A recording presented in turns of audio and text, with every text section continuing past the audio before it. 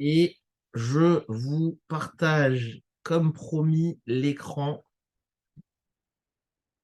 et on est ensemble pour à peu près 25 minutes pour le coup. Alors, bienvenue à vous dans cette conférence thématique qui porte sur la retraite et qui va vous permettre de savoir comment générer 300 000 euros pour votre retraite avec deux pleins d'essence par mois. Alors, j'ai mis 300 000 euros.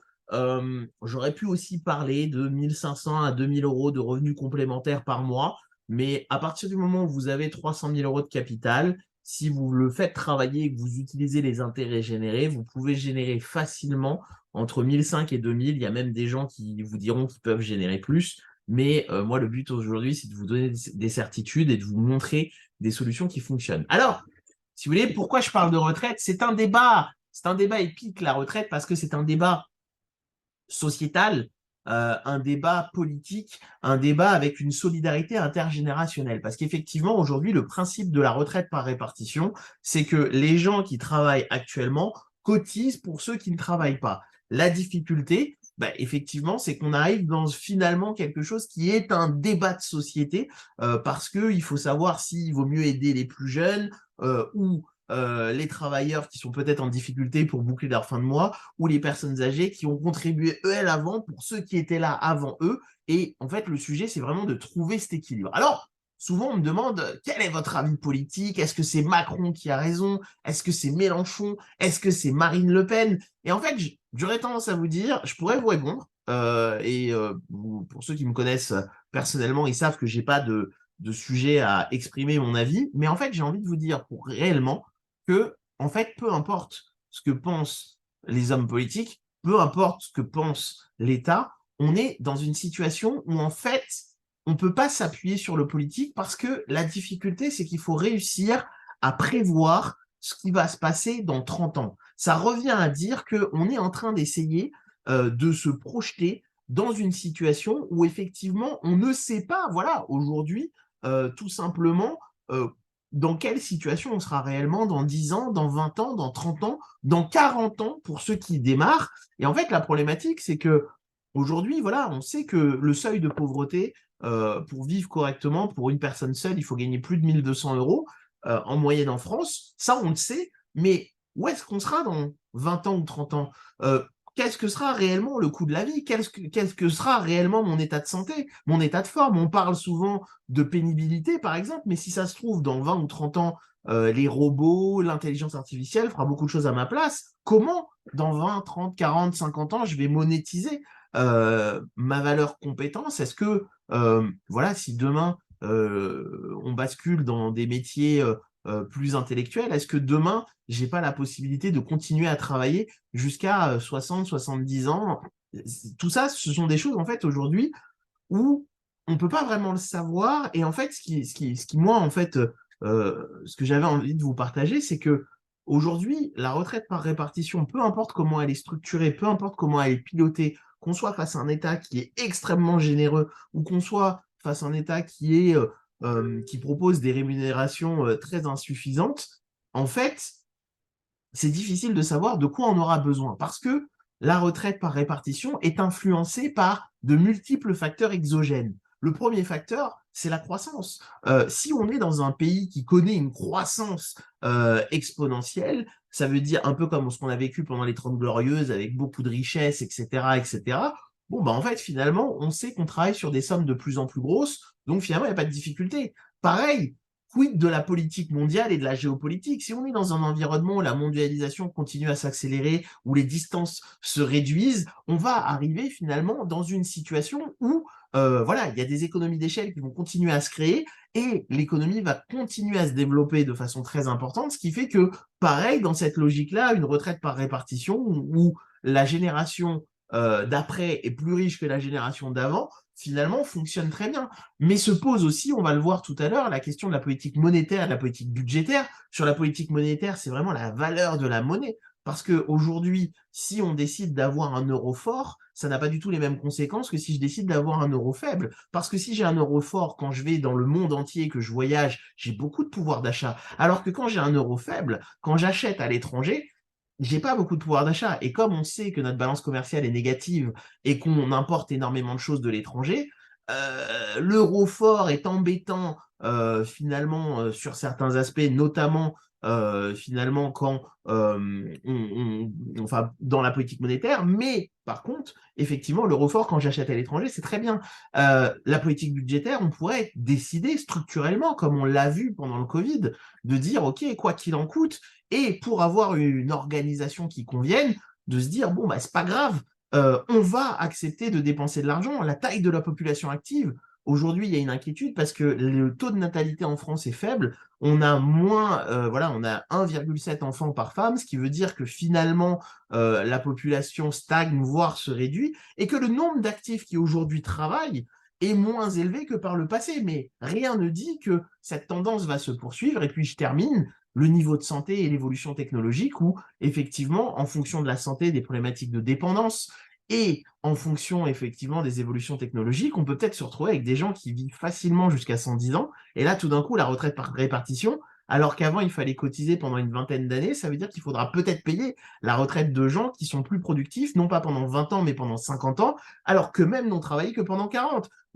En fait, et ce que j'essaye de vous montrer en faisant cet exposé volontairement un peu long, c'est qu'en fait, il y a tellement de problématiques qu'on n'a pas réellement abordées que c'est compliqué. Et je voulais vous donner 3 exemples euh, pour vous montrer que la prévision est toujours délicate.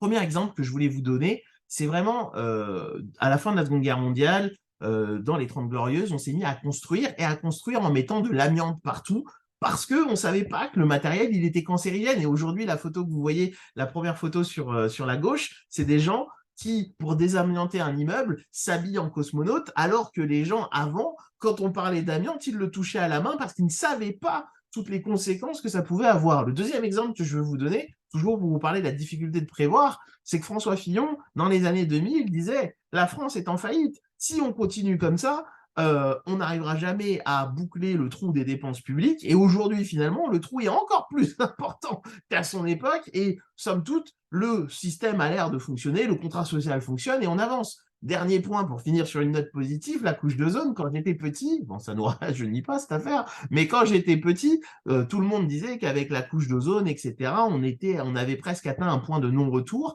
et on a vu que tout le monde s'est coordonné, et que finalement, aujourd'hui, le problème est quasiment dépassé, ce qui montre que finalement, par rapport à ce qu'on a pu annoncer, faire ou croire, sur une trentaine, quarantaine d'années, on a vraiment des choses qui ont évolué avec des vitesses qui sont assez impressionnantes. Alors, avant de rentrer dans le vif du sujet, quelques mots pour ceux qui ne nous connaissent pas. Pourquoi nous écouter? Bon, bah écoutez, je m'appelle Teddy Alcide, je fais de la gestion de patrimoine, je suis marié depuis 2011, donc je fais de la gestion de patrimoine pour aider les clients à résoudre leurs problématiques financières, à préparer l'avenir à court, moyen, long terme et à mettre l'argent à votre service et non l'inverse. J'ai eu la joie de faire Mines Télécom Paris-Dauphine, j'ai une carte de transaction immobilière, je suis enregistré à l'ORIAS et je suis assuré pour les opérations que je réalise. Notre mission principale chez Cash Academy, c'est d'aider les leaders français à devenir le pilote de leur patrimoine pour le développer, l'optimiser et le transmettre en toute sérénité. Le patrimoine, souvent, quand on discute avec les gens, on a souvent ce débat de dire mais qu'est-ce que c'est finalement au fond? Et le patrimoine, c'est ce qu'on possède. Le patrimoine, c'est ce qui nous appartient. Et dans ce qui nous appartient, le premier, c'est quelque chose d'un peu immatériel, c'est notre santé, notre forme qui nous permet effectivement de créer des richesses, de créer potentiellement de l'argent, d'investir, pourquoi pas dans l'immobilier, de créer, pourquoi pas des entreprises, et même d'avoir des biens d'exception, œuvres d'art, voitures de sport, etc., etc. Ça, c'est le patrimoine. Et souvent, la question qui se pose et qui nous permet d'aider les clients, c'est de savoir où est-ce que vous en êtes dans votre vie patrimoniale, dans ces 6 étapes qui sont épargner, capitaliser, investir, diversifier, sécuriser et transmettre. Et ça, en fait, si vous voulez, un de nos jobs, c'est voilà, c'est de vous aider à vous dire, OK, vous êtes là, dans cette phase-là, voici les règles qu'il faut respecter, et dans la phase d'après, voici ce qu'il faudra préparer pour être à l'aise dans la phase d'après. Pour réaliser ce job, on a 7 métiers. Le premier, c'est de la formation. Le deuxième, c'est du conseil. Le troisième, c'est de l'assurance. Le quatrième, c'est du placement financier. Le cinquième, c'est de l'investissement immobilier. Le sixième, c'est du courtage en crédit. Et le septième, c'est de la défiscalisation. Alors, Maintenant qu'on s'est présenté brièvement, laissez-moi vous parler de la retraite. La retraite, c'est une invention prussienne qui a été faite par Bismarck, qui a inventé cette retraite par répartition en disant à des ouvriers, ne vous inquiétez pas, travaillez dur aujourd'hui, plus tard, à 65 ans, on vous donnera une retraite pour vous récompenser de vos durs et de vos bons services. Ce qui était marrant dans son invention, puisque Bismarck était un fin homme politique, ça lui avait permis de faire cesser les grèves, mais il avait calé l'âge de la retraite à 65 ans à l'époque, alors que l'espérance de vie n'était que de 55 ans. Donc en gros, les gens travaillaient à fond pour un truc qu'ils n'avaient aucun espoir d'atteindre.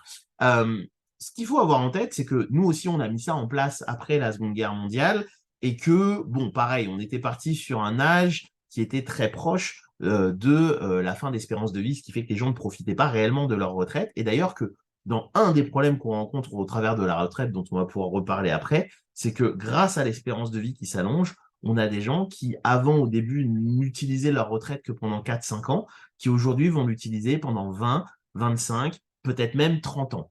Le paradoxe de l'âge, qui est intéressant et qui explique pourquoi aujourd'hui c'est crucial de prendre quelques instants pour préparer sa retraite, c'est que quand vous êtes jeune, vous avez du temps, vous avez de l'énergie. Malheureusement, généralement, vous manquez d'argent. Quand vous êtes adulte, vous manquez de temps. Par contre, en théorie, vous avez de l'argent et de l'énergie. Et quand vous êtes senior, là, vous vous retrouvez dans la situation où vous avez du temps, vous avez de l'argent, et par contre, vous n'avez pas beaucoup d'énergie. Et en fait, ce qu'il faut avoir en tête et qui est assez amusant dans cette phase-là et dans cette réflexion, c'est qu'en fait, quand on dit vous êtes senior, vous avez de l'argent, en fait, normalement, à ce moment-là, ce n'est plus de l'argent qui est issu de votre travail, mais c'est de l'argent qui est issu de votre patrimoine. Parce que finalement, quand on regarde en fait cette frise et cette évolution, le jeune a du temps et de l'énergie et il n'a pas beaucoup d'argent parce que généralement, il est en train de se former. Ensuite, effectivement, l'adulte travaille pour de l'argent, obtient de l'argent, il injecte son énergie là-dedans. C'est pour ça qu'il a très peu finalement de temps.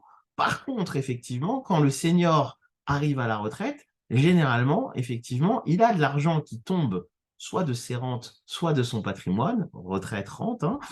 Il a du temps. Par contre, si jamais il n'a pas assez d'argent, il n'a plus l'énergie pour trouver des solutions. Et si vous voulez, le truc le plus important, c'est de savoir que l'argent a une valeur relative. Alors, on s'accroche, je vous promets, pas faire des trucs compliqués. Sur la photo, vous avez Richard Nixon. Et en fait, Richard Nixon, un jour, il a dit que finalement, le dollar ne serait plus indexé sur l'or. Et la conséquence, c'est quoi? C'est qu'aujourd'hui, celui qui a la planche à billets peut imprimer autant de billets qu'il veut. En fait, vu qu'il n'y a aucune valeur réelle derrière, en réalité, c'est pas parce que vous avez un billet de 10 euros aujourd'hui que ce billet de 10 euros a la même valeur que celui qu'on avait il y a quelques années. Parce que je ne sais pas si vous vous souvenez, mais généralement, ce qui fait la valeur, c'est la rareté. Or, par exemple, si vous prenez, je vous ai pris l'exemple aux États-Unis, mais sur l'Europe, on est globalement sur la même chose. Aux États-Unis, en 1971, la masse monétaire, c'est-à-dire l'intégralité de l'argent en circulation, représentait 288 milliards. Et en 2021, on est à 21 billions de dollars, ce qui veut dire qu'on est 74 fois au-dessus du cours sur une période de 50 ans. Et en fait, je vous ai mis l'image du Monopoly parce que si vous savez jouer au Monopoly, je pense que beaucoup de gens savent jouer au Monopoly, si vous jouez au Monopoly avec un peu d'argent, des ressources limitées au début de la partie, bon, bah forcément, vous n'allez pas acheter tous les terrains. Par contre, si pour jouer au Monopoly et rendre la partie plus drôle, vous vous dites on distribue l'intégralité de la banque, comme ça on a plus d'argent, bah, tout d'un coup, vous pouvez acheter la fameuse rue de la Paix parce que vous avez beaucoup d'argent, en fait, finalement. Et donc, si vous voulez, ce qui est intéressant pour ceux qui jouent un petit peu au Monopoly, c'est de vous dire qu'en fait, effectivement, ben, en gros, la masse monétaire, c'est un peu comme au Monopoly. Plus il y a des billets en circulation, plus le billet que j'ai dans ma poche, il n'est pas si précieux, donc il a généralement moins de valeur, ce qui explique l'augmentation des prix, ce qui explique l'inflation. Alors pourquoi aujourd'hui, il y a un vrai problème sur les retraites qui nécessite d'agir dès maintenant? L'idée, en fait, c'est que voilà, la retraite, c'est un enjeu qui fait que avoir du patrimoine devient finalement fondamental. Pourquoi? Parce que pendant longtemps, on a vécu en France dans un état-providence où on se disait, bon, bah, tout va bien, s'il y a un souci, l'État paiera. Or, on se rend compte, hein, si vous souvenez-vous de ce qu'a dit le jeune François Fillon à l'époque, euh, finalement, la politique familiale où on donnait vachement d'aide pour avoir des enfants, c'est terminé. Les prestations sociales baissent, la pression fiscale augmente. Et aujourd'hui, il y a un vrai sujet sur le financement des retraites. Et cette image de dire, de toute façon, l'État est riche, il trouvera une solution, est fausse. Pour une raison simple. Promis, on ne fait pas des choses trop compliquées, mais juste pour garder les chiffres en tête. Aujourd'hui, en 2018, bon, on aurait pu actualiser les chiffres, mais globalement, c'est la même chose. L'État dépense par année 326 milliards et encaisse 302 milliards. Bon, vous voyez qu'il y a un léger décalage, mais bon, peu importe. Mais ce qui est important, c'est que, gardez en tête ce chiffre, l'État, dans ses missions, dépense 326 milliards. Maintenant, si on regarde le fameux trou de la sécurité sociale, euh, à gauche, vous avez l'évolution du trou de la sécurité sociale, mais à droite, c'est surtout ça que je voudrais vous montrer, c'est qu'aujourd'hui, le régime général et les prestations du Fonds de solidarité vieillesse, ça représente 395 milliards. Ce que je veux dire par là, c'est que si jamais l'État devait dire, bon, ils n'ont pas assez d'argent, je paye à leur place, en fait, l'État n'encaisse que 302 milliards. Donc, même s'il décidait de plus rien payer dans ses missions et de mettre 100% de son argent dans le financement de la sécurité sociale, il n'aurait pas l'argent, concrètement. Et donc, c'est pour ça qu'aujourd'hui, il y a une vraie inquiétude sur la retraite, parce qu'aujourd'hui, vous avez globalement 15 millions de retraités, 650 000 nouveaux retraités en plus par année. Les prestations versées chaque année représentent 308 milliards d'euros. Donc, on est quand même sur des sommes, je vous rappelle le budget de l'État tout à l'heure, voilà, on a aujourd'hui effectivement plus que 1,7 actifs cotisants par retraité, et a priori à 2050, on sera plus que 1,2, et on a 42 régimes de retraite différents, avec des régimes spéciaux, etc., qui complexifient la lecture de la retraite. Ce que je veux vous passer comme image, c'est que non seulement aujourd'hui, le sujet, il est tendu, il est complexe, mais en plus, des fois, on entend que notamment certaines caisses ont au total 150 milliards de réserves. Mais 150 milliards de réserves, c'est 10 mois de prestations sans encaissement. Donc on est loin du système hyper solide qui peut résister à n'importe quelle crise. Deuxième point dont je voulais vous parler, c'est qu'aujourd'hui, sur la retraite, vous êtes sur une pension brute moyenne de 1 532 euros. Et en fait, quand vous savez que le seuil de pauvreté, il est à 1 200 euros, aujourd'hui, la problématique, c'est que nos retraités, finalement, d'année en année, ont tendance à s'appauvrir, voire même à tomber dans la pauvreté, parce que leur pension ne progresse plus ou ne progresse pas assez vite par rapport à la vitesse à laquelle les prix augmentent. Et en plus de ça, non content d'avoir quelque chose qui ne satisfait pas tout le monde en termes de prestations, l'équilibre financier n'est pas assuré. Le corps, qui est un organisme public qui fait des calculs officiels sur les retraites, montre depuis plusieurs années qu'en fait, si les scénarios ne se passent pas bien, on peut vraiment se retrouver avec quelque chose, un déficit qu'on est incapable de gérer et de financer, en fait, finalement. Et même aujourd'hui, avec les évolutions, on est toujours sur des scénarios qui peuvent potentiellement ne pas marcher. Alors, c'est pour ça que la solution, bah, c'est de devenir son propre gestionnaire de patrimoine. Et c'est ce que je vais vous montrer. En fait, l'idée, c'est que pour ne pas subir, je reviens à notre histoire de parcours. Ce que je voulais, la slide que je vous ai montrée tout à l'heure, montre deux choses. La première, c'est que ça montre effectivement l'évolution du patrimoine des Français en fonction de leur âge. Vous le voyez avec la courbe, hein, concrètement, qui montre que quand on a 30 ans, les gens ont en moyenne 50 000 euros de patrimoine. Quand on a 40 ans, les gens ont en moyenne 125 000 euros de patrimoine, que quand on a 50 ans, les gens se rapprochent des 250 000 de patrimoine, qu'à 60 ans, ils dépassent les 300 000 et qu'à 70 ans, ils sont proches des 320. Et en fait, ça, c'est le patrimoine moyen des Français qui inclut généralement la résidence principale pour ceux qui sont propriétaires, qui n'est pas liquide. Et si vous voulez, quand j'ai commencé la conférence, je vous ai dit que j'allais vous montrer comment créer 300 000 euros de plus. Parce que tout d'un coup, si en plus de votre patrimoine, vous avez 300 000 euros de cash dont vous disposez librement, vous imaginez bien qu'en termes d'options, de structuration et de possibilités, c'est pas du tout la même chose. Et si vous voulez, c'est pour ça que je reviens à notre histoire de parcours.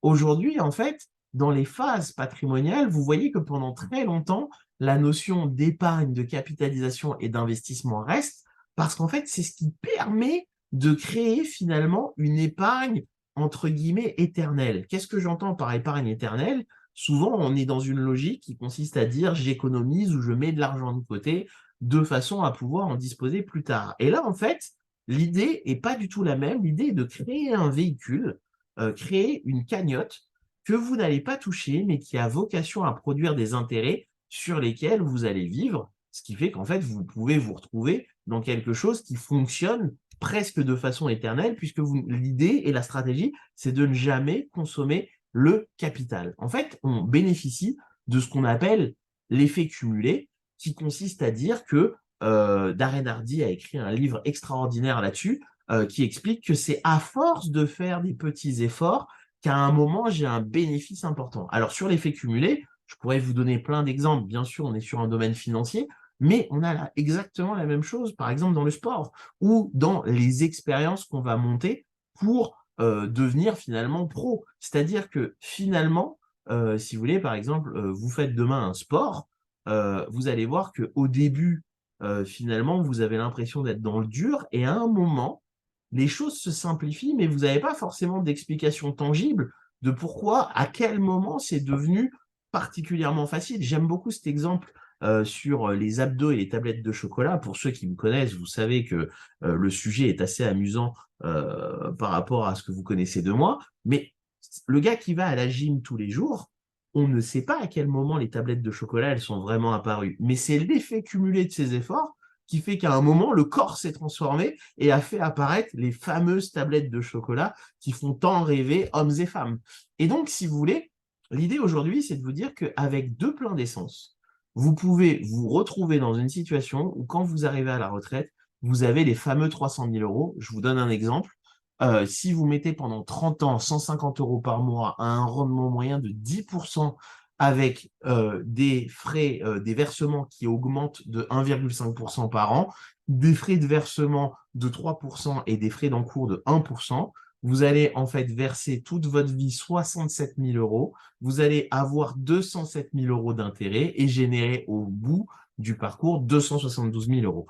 Avec ces 272 000 euros, ça peut être une somme que soit vous laissez travailler en absorbant les intérêts de façon mensuelle ensuite quand vous ne pouvez plus alimenter le contrat, ou qu'éventuellement vous retirez. Bien sûr, vous aurez de la fiscalité, etc., etc.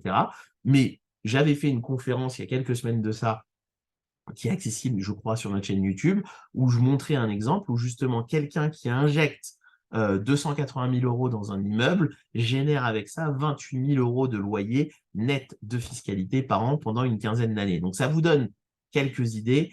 Et bien sûr, l'idée, c'est de se dire que si vous avez envie de mettre ce type de choses-là en place, il suffit de nous contacter et nous, on va vous faire une étude personnalisée pour vous montrer une stratégie qui vous correspond vraiment.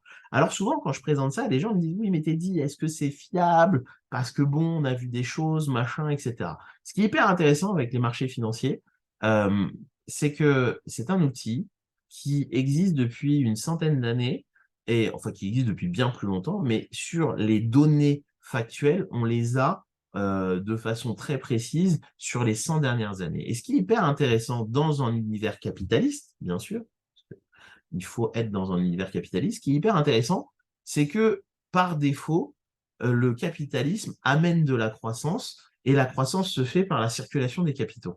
Et ce qu'il faut avoir en tête, c'est que sur les 100 dernières années, en fait, systématiquement, le marché a progressé. Et donc, quand on prend les données des marchés financiers, on se rend compte que si on regarde effectivement sur une année, on a 25% de chances de perdre. Si on regarde sur une dizaine d'années, on n'a plus que 8% de chances de perdre. Si on regarde sur une quinzaine d'années, on a 3% de chances de perdre.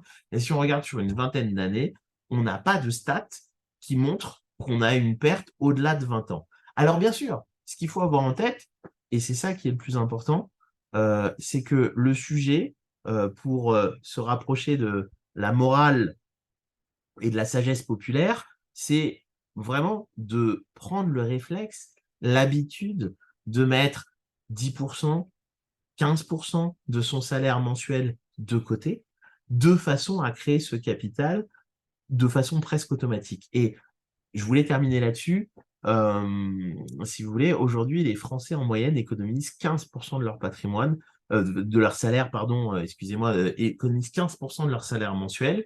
Et c'est grâce à ces sommes-là que finalement, ils peuvent avoir la liberté de se retrouver avec une retraite qui ne dépendrait pas de quelque système que ce soit. Cerise sur le gâteau quand même, le gouvernement, pour inciter les gens à aller vers ces systèmes, a mis des carottes qui sont pas inintéressantes, défiscalisation, liberté du choix de contrat. Dans la vie des contrats, si d'aventure, voilà, vous ouvrez quelque chose avec nous et puis qu'un jour vous nous trouvez moins sympa ou moins disponible, vous êtes libre de transférer votre contrat chez quelqu'un d'autre sans perdre l'antériorité, pas d'obligation de versement, euh, possibilité de verser mensuellement, possibilité d'augmenter, de baisser, de supprimer, et surtout, en cas de bonne nouvelle, par exemple, si vous décidez demain d'acheter une résidence principale, c'est des fonds qui peuvent se débloquer par anticipation dans ce cas-là, et puis qui peuvent aussi être débloqués dans tous les autres cas où il pourrait vous arriver un malheur, décès, invalidité, liquidation, perte de droit au chômage, etc., etc., sont des choses qui font que cette poire pour la soif que vous n'êtes pas censé dépenser peut être accessible. Alors, pour terminer, ce qu'il faut retenir et qui est pour moi le plus important, c'est que la retraite, en fait, ça arrive vite. Comme le disait le cher Mike Horn, on a 30 000 jours à passer sur cette terre, que malheureusement, dans ces 30 000 jours, il n'y a pas la possibilité de faire play, pause, et que c'est des choses, c'est un temps qui avance. Et moi, c'est ce que je dis à tous mes clients qui me disent, oui, mais Teddy, c'est dur d'épargner. En fait, il faut commencer où on peut commencer. Si le sujet, c'est même de mettre 1 € de côté, mettez 1 € de côté, et puis le mois d'après, vous mettrez 2, et puis le mois d'après, vous mettez 3, et ainsi de suite. Mais quoi qu'il arrive, pensez à ça, organisez-vous dès aujourd'hui, parce que je vous assure que c'est euh, tellement frustrant de rencontrer des clients qui ont 60 ans, 62, 65 et qui me disent, Teddy, on aurait dû se rencontrer avant, j'aurais été bien plus riche ou j'aurais eu moins de difficultés. Et voilà, et j'ai envie de vous dire que j'aimerais finalement ne pas vous retrouver dans quelques années avec cette discussion, mais que vous puissiez avoir constitué ce capital euh, qui vous permet de voir l'avenir de façon sereine. Je vous remercie pour votre écoute, je vous remercie pour vos petits mots d'encouragement et je vous souhaite une belle soirée.